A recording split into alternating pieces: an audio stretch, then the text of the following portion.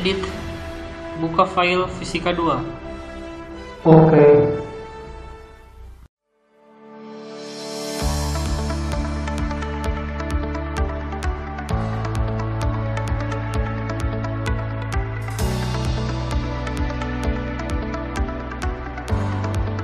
Assalamualaikum warahmatullahi wabarakatuh. Perkenalkan, nama saya Lutfi Raihan Iqbal dari Fakultas Teknik Universitas Jenderal Ahmad Yani, program studi Teknik Elektro kelas C. Di video kali ini saya akan menjelaskan salah satu materi dari mata kuliah Fisika 2, yaitu IGL, induksi dan induktansi. Untuk penjelasannya sebagai berikut.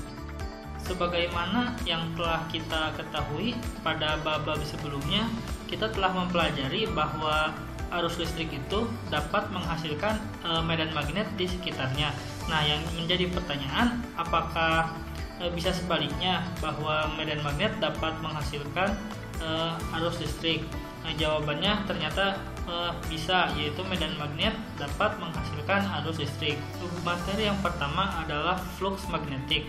Nah, flux magnetik menyatakan jumlah garis yang menembus permukaan dalam arah tegak lurus. Nah, jika dalam suatu ruang terdapat medan magnet, jumlah garis gaya yang menembus permukaan arah tegak lurus dengan luas tertentu bisa berbeda-beda. Nah, tergantung pada kuat medan magnet dan sudut antara medan magnet dengan vektor permukaannya. Flux magnet dapat didefinisikan sebagai berikut, yaitu V sama dengan integral B kali dA, atau Pi sama dengan integral B kali dA cos theta. Nah, dengan theta adalah sudut antara vektor B dan vektor dA, dan jika pada permukaan sudut antara B dan dA selalu konstan, maka cos theta dapat dikeluarkan dari integral yang sehingga dapat diperoleh Pi sama dengan B kali A. Luas penampang lilitan yang tegak lurus medan magnet adalah A sama dengan A cos theta sama dengan A kecil kali B kecil kali cos theta. Nah, untuk gerak rotasi dengan kecepatan sudut tetap, maka theta sama dengan omega kali T. Nah, dengan demikian A sama dengan A kecil kali B kecil kali cos omega kali T. Flux magnetik sebagai fungsi waktu menjadi Pi sama dengan B kali A sama dengan B kali A kecil kali B kecil cos omega kali T. Hukum Faraday. Hukum Faraday ini adalah hukum yang menyatakan bahwa apabila terjadi perubahan flux dalam suatu loop, maka dihasilkan gaya gerak listrik atau tegangan listrik induksi yang berbanding lurus dengan laju perubahan flux. Secara matematis, hukum tersebut dapat ditulis sebagai berikut. Sigma sama dengan min N kali D kali Pi per dt, di mana sigma itu adalah gaya listrik, GGL induksi, dan N adalah jumlah lilitan kumparannya. Hukum Lenz. Pada hukum Faraday hanya mengungkapkan bahwa besarnya GGL induksi yang dihasilkan ketika terjadi perubahan flux magnetik itu, tetapi tidak diketahui kemana arah arus induksi dalam loop tersebut. Nah, arah arus induksi yang dihasilkan dapat diungkap oleh hukum Lenz dengan bunyi seperti berikut.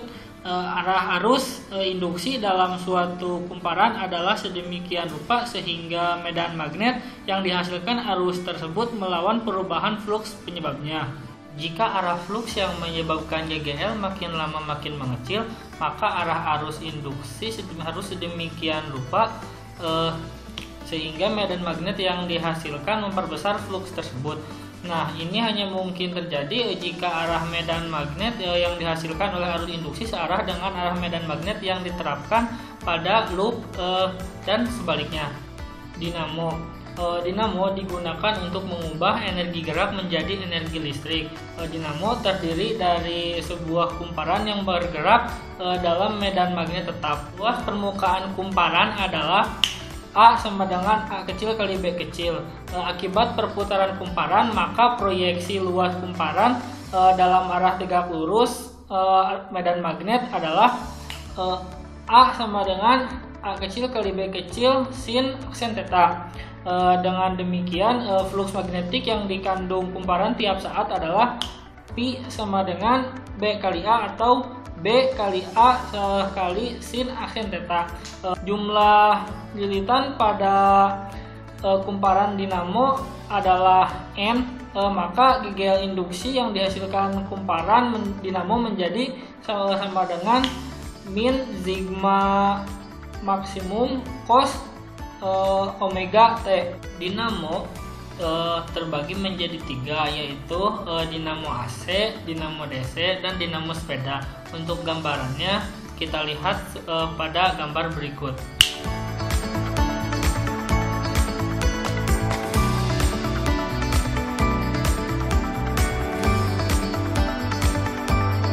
Induktansi.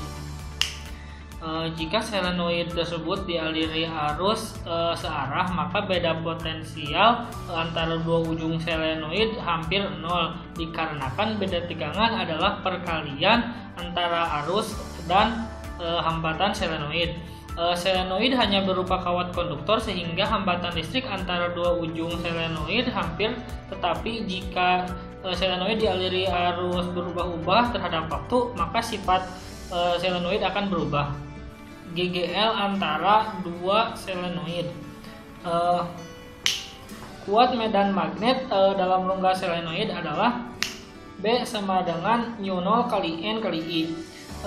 Jika luas penampang solenoid adalah A, maka flux magnetik dalam solenoid adalah Pi sama dengan B kali A atau μ0 kali N kali I kali A. Oleh karena itu, berdasarkan hukum Faraday, GGL induksi yang digunakan adalah sigma sama dengan min N kali D kali Pi per dt, atau min N kali dalam kurung μ0 kali N kali I kali A per dt, atau min N kali μ0 kali Na kali dl per dt. Maksudnya DI per dt. Dengan N adalah jumlah kumparan solenoid. Induktansi diri.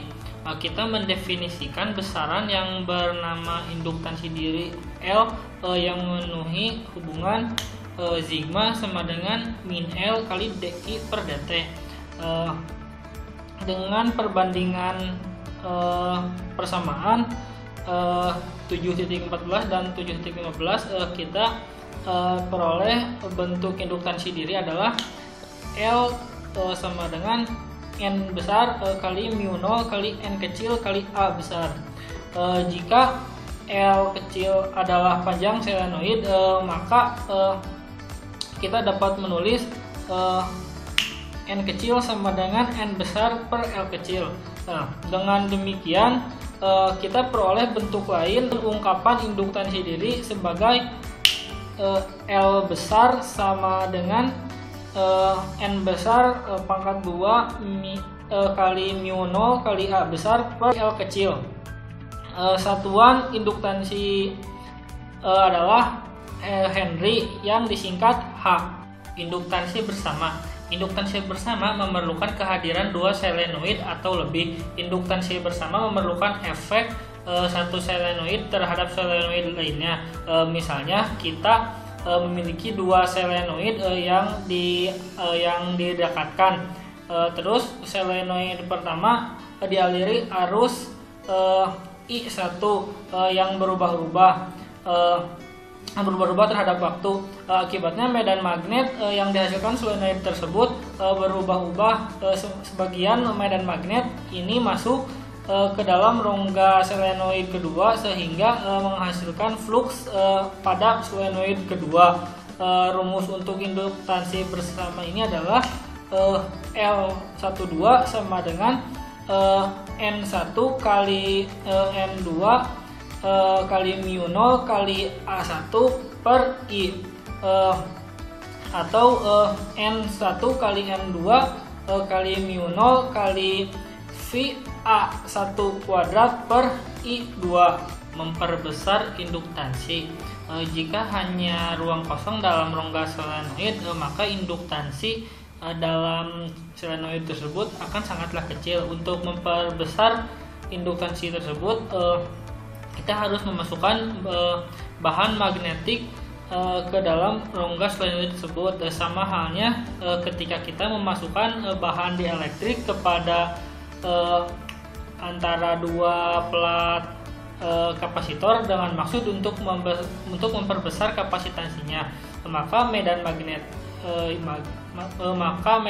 yang mula-mula B saat solenoid kosong berubah menjadi B aksen sama dengan mu kali B. Ketika di dalam rongga solenoid dimasukkan bahan magnetik dengan permeabilitas mu, dengan demikian flux magnetik dalam solenoid ketika solenoid tersebut dilewati arus adalah Pi sama dengan mu kali mu 0 kali N kecil kali L besar kali A besar.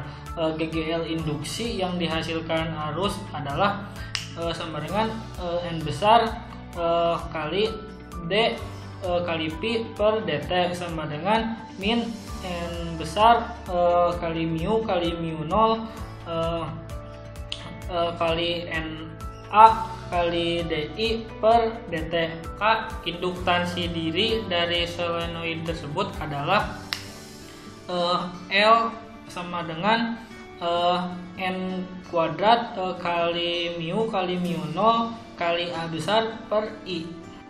Energi medan magnet. Jika didefinisikan dapat energi medan magnetik persatuan volume adalah sebagai mu sama dengan U per A kali L kecil sama dengan 1 kali B pangkat 2 per 2 kali mu 0. Persamaan tadi menyatakan bahwa jika di suatu tempat terdapat medan magnet B, maka di tempat tersebut terdapat energi medan magnet dengan kerapatan persatuan volume diungkapkan oleh persamaan tersebut. Bentuk persamaan sangat mirip dengan ungkapan rapat energi medan listrik. Transformator. Transformator sering disingkat trafo adalah alat listrik yang digunakan untuk mengubah tegangan listrik menjadi lebih besar atau lebih kecil dari tegangan semula. Tegangan yang dapat diubah oleh trafo hanya tegangan yang berubah terhadap waktu, misalkan tegangan bolak-balik. Trafo mempunyai dua kumparan, yaitu kumparan primer dan kumparan sekunder, yang di tengahnya terdapat inti besi. Persamaan transformator.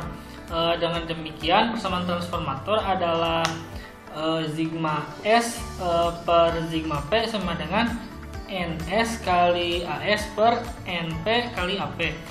Jika dianggap bahwa bahwa luas penampang kumparan primer dan sekunder sama, maka diperoleh sigma S per sigma P sama dengan NS per NP. Jika NS kurang dari NP, maka tegangan ini disebut trafo step down. Jika NS lebih dari NP, maka tegangan ini disebut trafo step up. Daya pada kumparan primer adalah PP sama dengan IP kali sigma P. Dengan PP adalah daya yang masuk ke kumparan primer dan IP adalah arus yang masuk pada kumparan primer. Terus daya pada kumparan sekunder adalah PS sama dengan IS kali sigma S. Dengan PS adalah daya yang masuk pada kumparan sekunder, atau IS adalah arus yang masuk pada kumparan sekunder. Detektor logam. Detektor logam secara prinsip terdiri dari dua buah lilitan yang orientasinya saling tegak lurus. Arus bolak-balik dialirkan ke lilitan besar sehingga dihasilkan medan magnet yang berubah-ubah terhadap waktu di sekitar lilitan tersebut. Tetapi karena arah medan magnet yang dihasilkan kumparan besar masuk ke kumparan kecil dalam arah yang sejajar bidang kumparan kecil, maka tidak ada flux magnetik dalam kumparan kecil. Dengan demikian tidak ada arus yang dihasilkan di kumparan kecil. Terus arus yang dihasilkan dalam logam menghasilkan medan magnet yang berubah-ubah di sekitarnya. Medan magnet ini ada sebagian yang menembus kumparan kecil dalam arah yang tidak sejajar kumparan kecil. Akibatnya muncul flux magnetik dalam kumparan kecil yang menyebabkan munculnya arus pada kumparan kecil. Mungkin hanya sampai di sini penjelasan dari saya. Mohon maaf karena video ini masih banyak kekurangan. Semoga video ini dapat bermanfaat bagi siapa saja yang menontonnya. Saya Lutfi Rehan Iqbal. Terima kasih banyak. Wassalamualaikum warahmatullahi wabarakatuh.